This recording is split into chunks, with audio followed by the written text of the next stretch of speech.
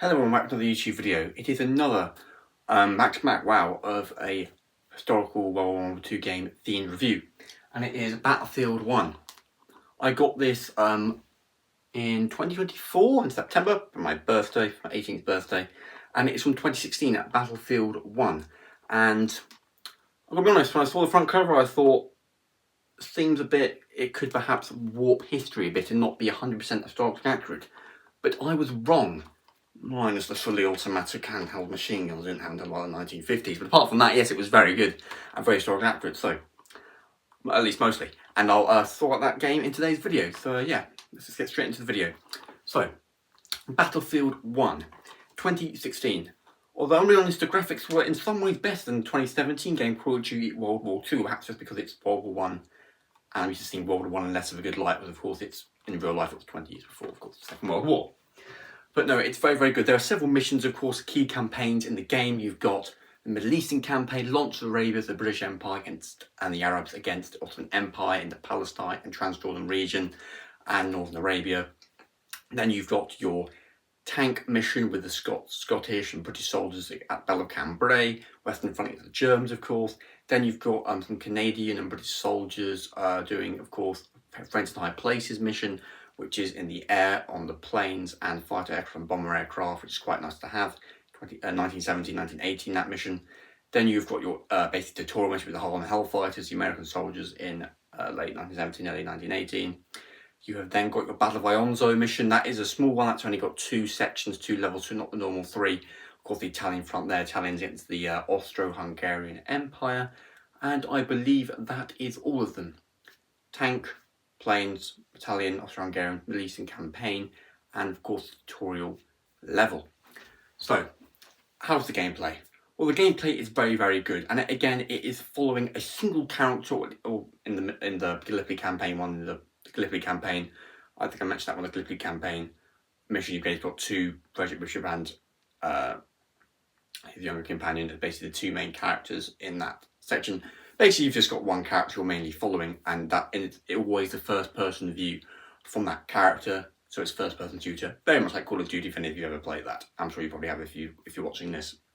But no, I'm very impressed. The graphics are very, very good, and the gameplay is very emotive, and of course, Xbox controllers, you've got the motion controls, they're shaking whenever it happens in the tank or you get hit by artillery.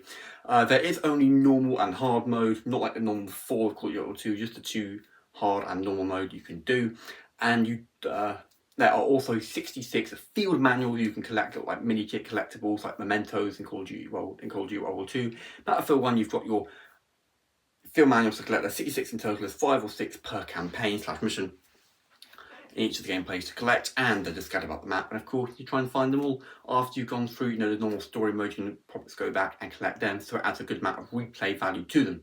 It takes around 1 hour to 1.5 hours per of the missions, so you've got a lot of gameplay there. Better if you're going to go back and get all those collectible field manuals to dig your teeth into.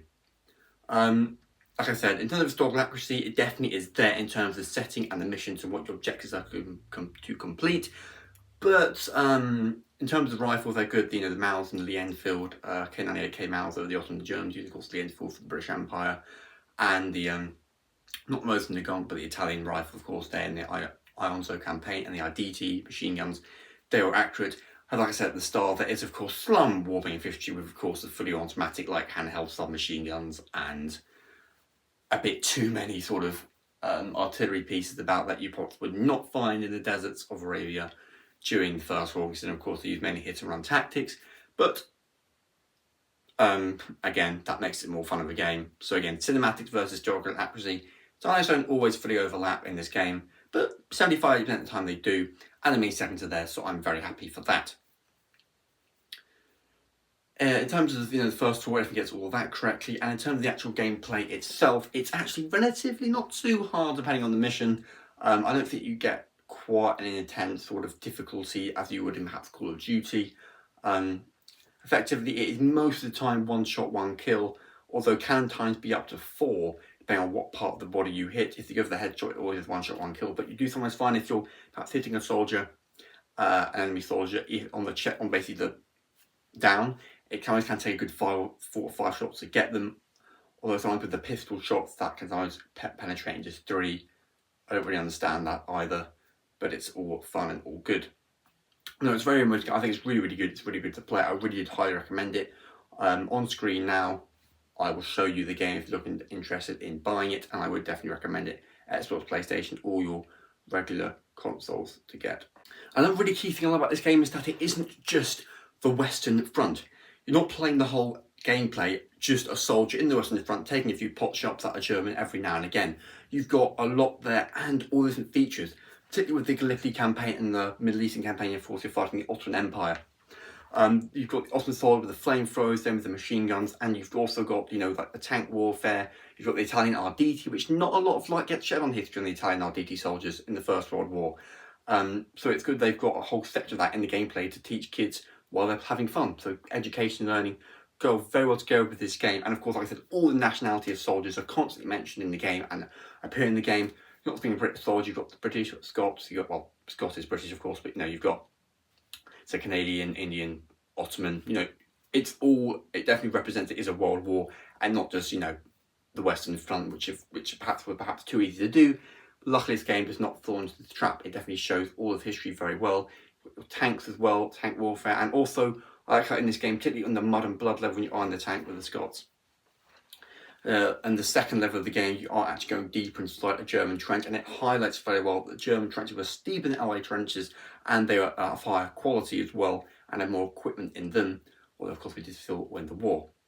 So that is a little review there of Battlefield 1 gameplay, and I would very much highly recommend the game. Like I said, I've already shown you if you're interested in getting the game, and yeah, you can already find it on eBay anyway for a very good price, so even the Amazon Prime can be a bit steep, probably get it a bit cheaper. So thank you all so much for watching. If there's any other game you want me to review, Call of Duty game or historical World War II themed game you want me to review, let me know in the comments down below, and I'll see you in the next YouTube video. Goodbye.